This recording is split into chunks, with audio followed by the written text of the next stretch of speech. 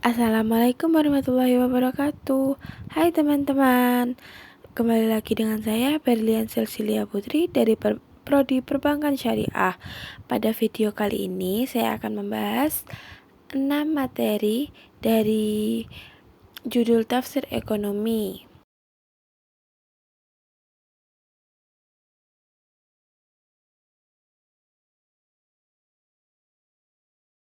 Langsung saja 6 materi tersebut. Yang pertama yaitu tentang tafsir ayat asuransi, yang kedua tafsir ayat perwakilan tawakalah, yang ketiga ada tafsir ayat permodalan, yang keempat ada ayat barang titipan atau wadiah, dan yang kelima ada tafsir ayat gadai, dan selanjutnya ada pinjam meminjam atau al-ariyah. Definisi tafsir ayat asuransi. Asuransi dalam bahasa Arab dikenal dengan istilah at-ta'amin. At-ta'amin diambil dari kata amanah yang artinya memberi perlindungan, ketenangan, rasa aman, dan bebas dari rasa takut. Pengertian at-ta'amin adalah seseorang membayar uang cicilan agar ia atau ahli warisnya mendapat sejumlah uang sebagaimana yang telah disepakati untuk mendapatkan ganti terhadap harta yang hilang. Sedangkan asuransi secara umum adalah perjanjian antara dua pihak atau lebih, dengan mana pihak penanggung mengikat diri kepada yang tertanggung dengan meminta premi asuransi yang untuk memberikan pengganti kepada tertanggung karena kerugian, kehilangan keuntungan yang diharapkan, dan tanggung jawab hukum kepada pihak ketiga yang mungkin akan diderita.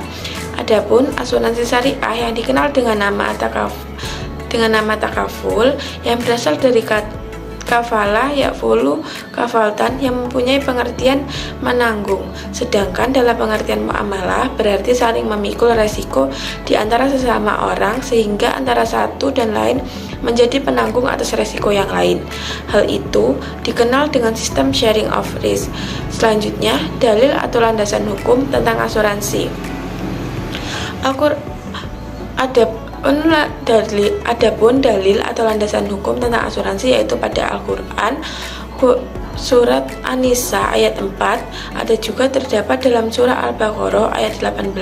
Selain itu juga ada dalam hadis riwayat Muslim. Hadis tersebut menjelaskan tentang anjuran untuk membantu muslim lainnya dalam menyelesaikan kesulitan sehingga Allah memudahkannya dari kesulitan-kesulitan yang menghadapnya di hari yang sangat sulit tersebut atau hari berhenti. Selanjutnya ada landasan kitab tentang asuransi.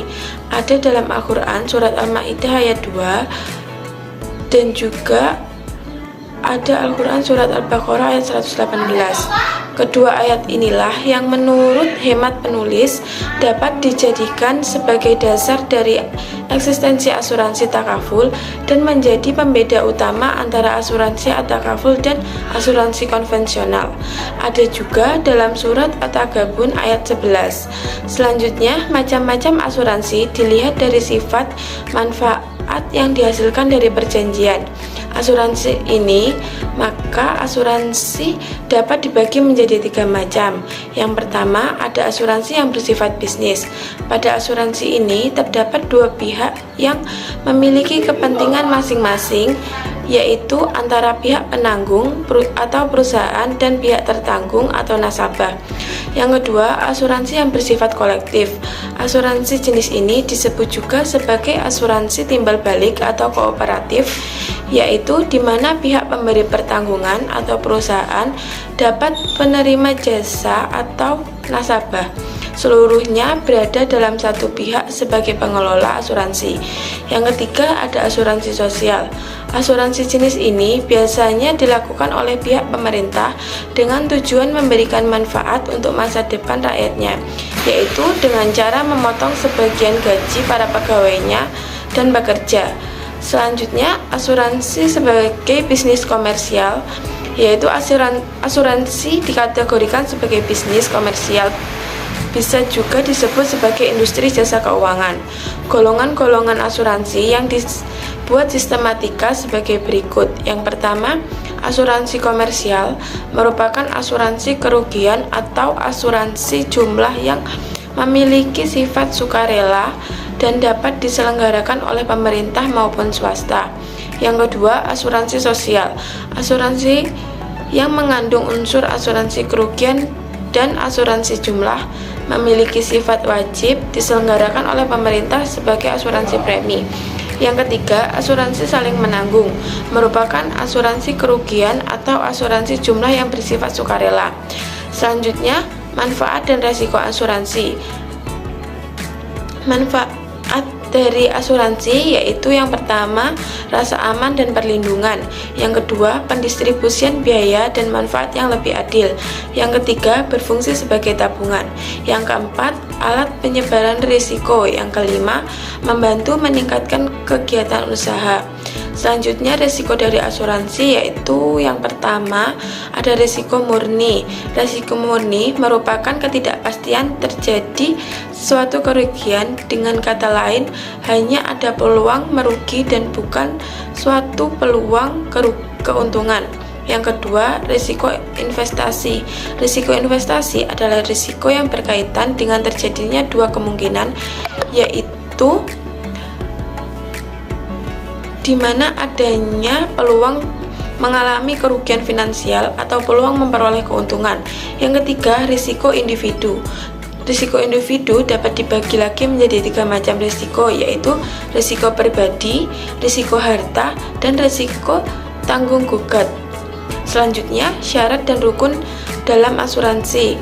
Rukun dari asuransi yaitu kafil atau orang yang menjamin, makfulah atau orang yang berpiutang, makful anhu adalah orang yang berhutang, dan makful bih atau utang baik barang maupun orang.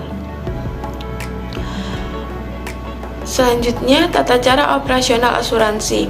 Hubungan antara perusahaan takaful dan peserta mengikat diri dalam perjanjian mudorobah dengan hak dan kewajiban sesuai dengan perjanjian. Yang kedua, tata cara pengelolaan atau investasi tidak bertentangan dengan syariat Islam, yaitu gharar atau ketidakpastian, maisir atau perjudian, riba atau bunga uang. Definisi tafsir ayat perwakilan atau wakalah. Wakalah berasal dari wazan wakalah yakilu, wakalan yang berarti menyerahkan atau mewakilkan urusan, sedangkan wakalah adalah pekerjaan. Al-wakalah juga memiliki arti at-tafwid yang artinya penyerahan, pendelegasian atau pemberian mandat.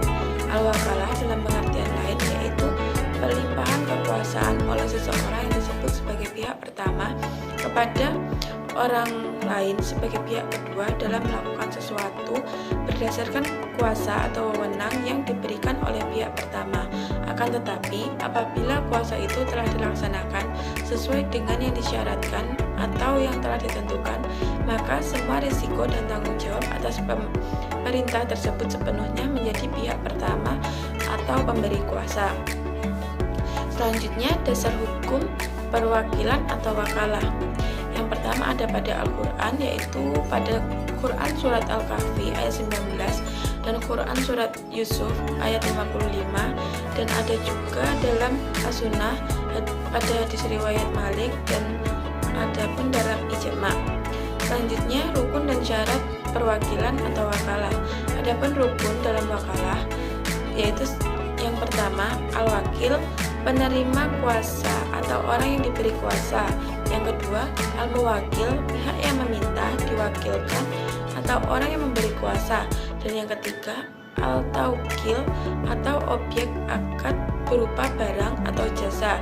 Yang keempat, ada sigot, ijab dan qabul, atau pernyataan kesepakatan atau serah terima. Selanjutnya, dalam melaksanakan wakalah harus memenuhi syarat sebagai berikut. Yang pertama, syarat orang yang mewakilkan haruslah seseorang pemilik yang dapat bertindak terhadap sesuai yang ia wakilkan. Yang kedua, syarat orang yang mewakili adalah orang yang berakal. Syarat utama yang diwakilkan adalah hal tersebut bukan tindakan yang tidak baik dan harus diketahui persis oleh orang yang mewakilinya, kecuali apabila hal tersebut diserahkan penuh kepadanya. Yang keempat, ada sigot atau ijab qabul, itu disampaikan orang yang mewakilkan sebagai tanda kerelaannya untuk mewakilkan. Selain itu ada juga jenis-jenis perwakilan atau wakalah. Wakalah terdapat beberapa jenis yang perlu kita ketahui, yaitu wakalah al-mutlaqah, merujuk pada bentuk wakalah yang memberikan kuasa secara mutlak atau tanpa batasan, yakni memberikan kewenangan untuk melaksanakan tugas tanpa batas waktu dan jenis urusan. Yang kedua, wakalah al-muqayyadah adalah pemberian kuasa yang diarahkan untuk tindakan atas nama pemberi kuasa. Yang ketiga, ada wakalah al-ammah, adalah akad wakalah di mana pemberian wewenang bersifat umum tanpa adanya kejelasan yang terperinci, mengacu pada jenis wakalah yang memiliki cakupan lebih luas daripada al-muqayyadah tetapi lebih sederhana daripada al-mutlaqah. Selain itu juga berakhirnya perwakilan atau wakalah. Transaksi wakalah dinyatakan berakhir atau tidak dapat dilanjutkan apabila salah satu sebab sebagai berikut. Yang pertama, meninggalnya salah satu pihak. Yang kedua, bila yang mewakilkan atau yang mewakili gila, sebab salah satu syarat di antara orang melakukan perjanjian harus berakal. Yang ketiga, pekerjaan yang menjadi perjanjian telah dihentikan karena masa kontrak atau perjanjiannya sudah berakhir. Yang keempat, pemutusan orang yang mewakilkan kepada wakil meskipun wakil tidak mengetahui orang yang mewakili memutuskan sendiri. Yang keenam, keluarnya orang yang mewakilkan dari status kepemilikan. Definisi tafsir ayat permodalan. Modal atau kapital mengandung arti barang yang dihasilkan oleh alam atau buatan manusia yang diperlukan bukan untuk memenuhi secara langsung keinginan manusia, tetapi untuk membantu kegiatan produksi barang lain yang pada gilirannya akan dapat memenuhi kebutuhan manusia secara langsung dan menghasilkan keuntungan. Fungsi modal yang utama adalah sebagai penunjang jalannya proses produksi untuk menghasilkan barang-barang produksi dalam rangka memenuhi kebutuhan manusia itu sendiri.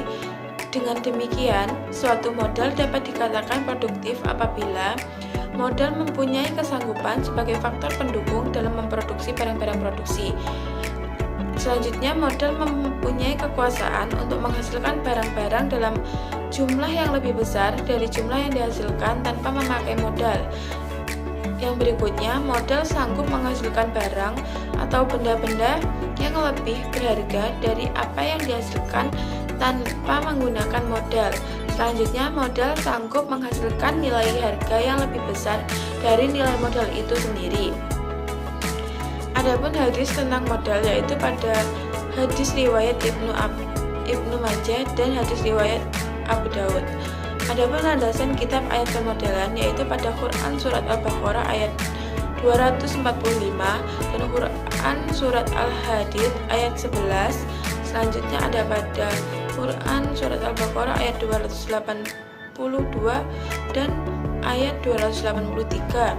Tafsir ayat atau pendapat dari para ulama. Yang pertama dari tafsir Ibnu Katsir, dan janganlah kalian serahkan kepada orang-orang yang belum sempurna akalnya atau harta mereka yang ada dalam kekuasaan kalian yang dijadikan Allah sebagai pokok kehidupan.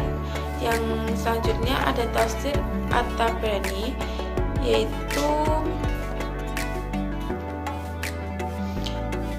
Muhammad bin Sa'd menceritakan kepadaku, ia berkata, pamanku menceritakan kepadaku, dan ia berkata, ayahku menceritakan kepadaku dari ayahnya dari Ibnu Abbas tentang firman Allah, dan janganlah kamu serahkan kepada orang-orang yang belum sempurna akalnya harta atau mereka yang ada dalam kekuasaanmu yang dijadikan Allah sebagai pokok kehidupan. Berilah mereka belanja dan pakaian atau dari hasil harta itu, dan ucapkanlah kepada mereka kata-kata yang baik. Ia berkata, maknanya adalah janganlah engkau membuat orang yang belum sempurna akalnya di antara anakmu berkuasa atas hartamu. Selanjutnya ada macam-macam modal. Modal terbagi menjadi dua macam, yaitu yang pertama modal inti. Modal inti dibagi lagi ada beberapa macam. Yang pertama yaitu ada modal setor, yang kedua agio saham, yang ketiga modal sumbangan, yang keempat ada cadangan umum, yang kelima cadangan tujuan, yang keenam laba ditahan, yang ketujuh laba tahun lalu, dan yang kedelapan adalah laba tahun perjalanan. Modal yang kedua yaitu modal pelengkap. Modal pelengkap dibagi lagi menjadi 4. Yang pertama ada cadangan revaluasi atau aktiva ketiga, yang kedua cadangan penghapusan aktiva yang diklasifikasi, dan yang ketiga ada modal pinjaman. Yang keempat mempunyai kedudukan yang sama dengan modal dalam hal memikul kerugian bank. Adapun hikmah dari ayat permodalan yaitu permodalan dalam bank syariah penting untuk menjalankan kegiatan operasionalnya. Bank syariah juga berharap adanya hasil yang maksimal bagi kinerja keuangan bank itu sendiri. Selanjutnya keutamaan dari ayat permodalan ini, modal merupakan faktor yang penting dalam suatu produksi namun bukan yang terpenting. Tanpa adanya modal, produsen tidak akan bisa menghasilkan suatu barang dan jasa. Modal adalah jumlah kekayaan yang bisa saja berupa aset atau intangible aset yang bisa digunakan untuk menghasilkan kelayakan. Pengertian tafsir ayat barang titipan atau wadiah. Wadiah menurut bahasa al-wadiah adalah sesuatu yang ditempatkan bukan pada pemiliknya supaya dijaganya. Itu berarti al-wadiah ialah memberikan definisinya, maka kiranya dapat dipahami bahwa yang dimaksud dengan al-wadiah adalah penitipan, yaitu akan seseorang kepada yang lain dengan menitipkan suatu benda untuk dijaganya secara layak atau sebagaimana halnya kebiasaan. Wadiah dapat dibagi dalam dua jenis, yaitu yang pertama wadiah yad al-amanah, yaitu barang yang dititipkan oleh pihak pertama atau penitip kepada pihak lain atau perorangan atau lembaga penitipan untuk memelihara atau menyimpan barang tersebut. Yang kedua, wadiah yad damah, yaitu merupakan titipan barang atau uang yang dititipkan oleh pihak pertama kepada pihak lain untuk memelihara barang atau uang tersebut dan pihak lain dapat memanfaatkan dengan seizin pemiliknya. Adapun dasar hukum dari wadiah yaitu pada Al-Quran surat An-Nisa ayat 58, surat Al-Baqarah ayat 283, dan surat Al-Imran ayat 75. Selain pada Al-Quran, ada juga pada hadis yaitu hadis riwayat Ad-Dawud dan At-Tirmizi Al-Muttaqadwa, yaitu selain itu juga ada pada ijma'. Rukun dan syarat wadiah. Yang pertama ada rukun wadiah, yaitu pelaku yang terdiri atas pemilik barang atau pihak yang menitip dan pihak yang menyimpan. Yang kedua objek wadiah berupa barang yang dititipkan. Yang ketiga ijab qabul atau serah terima. Syarat wadiah. Adapun syarat wadiah yaitu yang pertama pelaku harus cakap hukum, balik, serta mampu menjaga serta memelihara barang titipan. Yang kedua, benda yang dititipkan tersebut jelas dan diketahui spesifiknya oleh pemilik. Yang ketiga, objek yang dititipkan merupakan mutlak milik si penitip. Adapun hukum menerima wadiah. Hukum menerima titipan ada 4 macam. Yang pertama, wajib. Wajib bagi orang yang percaya bahwa dirinya mampu dan sanggup menjaga amanah terhadap barang yang dititipkan kepadanya. Yang kedua, sunnah. Sunnah bagi orang yang percaya bahwa dirinya mampu dan sanggup menjaga amanah terhadap barang yang dititipkan kepadanya. Yang ketiga, haram. Haram bagi orang yang percaya dan yakin bahwa dirinya tidak mampu menjaga amanah barang tersebut. Dan yang keempat, makruh. makruh bagi orang yang percaya dirinya mampu menjaga barang titipan tetapi masih ada unsur keraguan akan kemampuan itu. Selanjutnya, ada karakteristik dari wadi'ah yadama. Yang pertama, harta dan barang yang dititipkan boleh dimanfaatkan oleh pihak yang menerima titipan. Yang kedua, penerima titipan sebagai pemegang amanah. Yang ketiga, bank mendapat manfaat atas harta yang dititipkan. Yang keempat, dalam aplikasi bank syariah, produk yang sesuai dengan wadi'ah yadama adalah simpan giro dan tabungan. Selanjutnya, apabila rusak dan hilangnya barang titipan. Jika orang yang menerima titipan mengaku bahwa benda-benda titipan telah rusak tanpa adanya unsur kesengajaan darinya, maka ucapannya harus disertai dengan sumpah supaya perkataannya itu kuat kedudukannya menurut hukum. Namun, Ibnu Al-Muzir berpendapat bahwa orang tersebut di atas sudah dapat diterima ucapannya secara hukum tanpa dibutuhkan adanya sumpah. Pengertian gadai atau rohan. Dalam bahasa Arab, istilah gadai disebut dengan rohan dan dapat juga dinamai al-habsu. Gadai atau rohan adalah menahan barang jaminan yang bersifat materi milik si peminjam. Rahan atau sebagai jaminan atas pinjaman yang diterimanya, dan barang yang diterima tersebut bernilai ekonomis sehingga pihak tersebut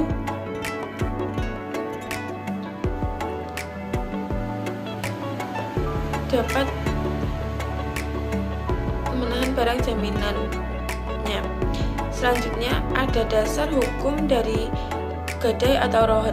Dasar hukum gadai terdapat dalam Al-Quran dan juga As-Sunnah.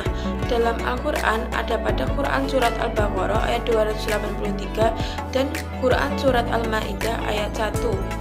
Adapun dalam Sunnah, yaitu pada hadis riwayat Bukhari dan hadis riwayat Bukhari pada 2328 dan hadis riwayat Bukhari nomor 1926. Adapun rukun dan syarat gadai.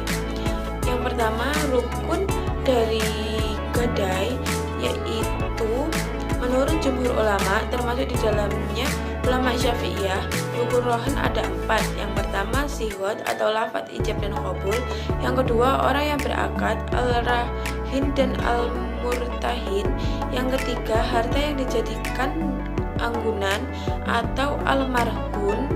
Dan yang keempat, utang atau ar-marhun bih. Selanjutnya, syarat-syarat rohan dalam pemahaman mazhab Syafi'i. Ketetapan mengenai syarat-syarat syah gadai adalah sebagai berikut. Yang pertama, syarat luzum atau tetap, yaitu syarat serah terima sebagai gadaian. Dan yang kedua, syarat gadai, syarat syah gadai. Selanjutnya, ada syarat yang berhubungan dengan barang gadai adalah yang pertama, barang gadai itu harus hak milik sempurna. Barang gadai itu harus benda yang tahan lama, benda yang suci dan bermanfaat serta bernilai. Selanjutnya, aplikasi gadai dalam perbankan sebagai produk pelengkap rohan dipakai sebagai produk pelengkap, artinya sebagai akad tambahan atau jaminan kolateral terhadap produk lain seperti pembiayaan bai al-murabaah. Adapun berakhirnya gadai, yang pertama, rohan diserahkan kepada pemiliknya. Yang kedua, hutang rohan secara utang dibayarkan semuanya. Yang ketiga, penjualan rohan secara paksa oleh hakim. Yang keempat, pembebasan hutang oleh murtahin. Dan yang kelima, pembatalan hutang dari pihak murtahin. Dan yang keenam, rohan meninggal dunia. Dan yang ketujuh, rohan rusak atau sirna. Definisi tafsir ayat pinjam meminjam atau al-ariyah. Pinjaman atau ariyah berasal dari kata at-ta'awur, yaitu mengganti pemanfaatan sesuatu kepada orang lain. Terdapat pengertian lain tentang pinjaman, yaitu pengalihan pemilikan dengan jaminan, yaitu saya mengeluarkan uang dari pemilikan dan pihak lain menyatakan akan menjamin keutuhan benda jika berupa barang dan menjaga nilainya jika berupa nilai. Hal-hal yang sejenis yakni satu dengan yang lainnya sama seperti uang dan sebagainya. Selanjutnya dalil atau landasan hukum pinjam-meminjam atau al-ariyah, yaitu terdapat dalam Quran Surat Al-Ma'idah ayat 2 dan Quran Surat An-Nisa ayat 58. Selain itu juga ada pada hadis riwayat Daruqutni dan hadis riwayat Bukhari. Adapun macam-macam pinjam-meminjam al-ariyah, secara umum macam-macam ariyah terbagi menjadi dua, yaitu al-ariyah mutlak dan al-ariyah muqayyadah atau pinjaman terbatas. Adapun rukun dan syarat pinjam-meminjam atau al-ariyah. Adapun menurut jumhur ulama dalam akad ariyah harus terdapat beberapa unsur rukun sebagai berikut. Yang pertama, mu'ir atau orang yang memberikan pinjaman. Yang kedua, musta'ir, orang yang mendapatkan pinjaman. Dan yang ketiga, mu'ar atau barang yang dipinjamkan. Serta syarat-syarat orang yang meminjamkan, yaitu balik, berakal, tidak mahjur alaih karena boros atau bailit, serta orang yang meminjamkan harus pemilik atas manfaat yang dipinjamkan. Selanjutnya, orang yang meminjamkan harus pemilik atas manfaat yang akan dipinjamkan. Orang yang meminjam harus jelas. Orang meminjam harus memiliki hak tasawur atau memiliki ahliyatul adab. Selanjutnya, tanggung jawab peminjam. Bila peminjam telah memegang barang-barang pinjaman, kemudian barang tersebut rusak, ia berkewajiban menjaminnya, baik karena pemakaian yang berlebihan maupun karena yang lainnya. Selanjutnya, ada status dari barang pinjaman. Status barang pinjaman memiliki perbedaan pendapat di kalangan ulama, karena ada yang mengatakan bahwa barang pinjaman tersebut merupakan tanggungan atau doman atau hanya bersifat amanah bagi peminjam. Selanjutnya, ada faktor-faktor yang membatalkan al-ariyah, yaitu yang pertama, pemberi pinjaman meminta agar barang pinjaman dikembalikan karena akad pinjaman termasuk ghairul lazim, sehingga dapat berakhir karena pembatalan atau fasak. Yang kedua, peminjam mengembalikan barang pinjaman baik setelah jangka waktu yang disepakati berakhir atau belum. Yang ketiga, pinjaman atau pemberi pinjaman tidak cukup hukum, baik gila, dungu atau safah, tanggoyur atau akal berubah-ubah maupun karena berada di bawah pengampunan atau dihukum. Dan yang keempat, meninggalnya pinjaman atau pemberi pinjaman karena akad pinjaman sebagai jumhur ulama merupakan izin pemanfaatan. Yang kelima, ada tafsil, bangkrutnya pemberi pinjaman. Pihak yang bangkrut tidak boleh mengabaikan manfaat benda miliknya, terutama yang berkaitan dengan kepentingan pemberi utang kepadanya. Baik, itu tadi adalah materi yang dapat saya sampaikan pada video kali ini. Semoga dapat bermanfaat bagi kita semua, termasuk bagi saya sendiri dan juga bagi kalian yang sudah menontonnya. Sekian dari saya. Mohon maaf apabila ada kesalahan kata dalam menjelaskan materi. Wassalamualaikum warahmatullahi wabarakatuh. Bye bye, sampai ketemu di materi berikutnya.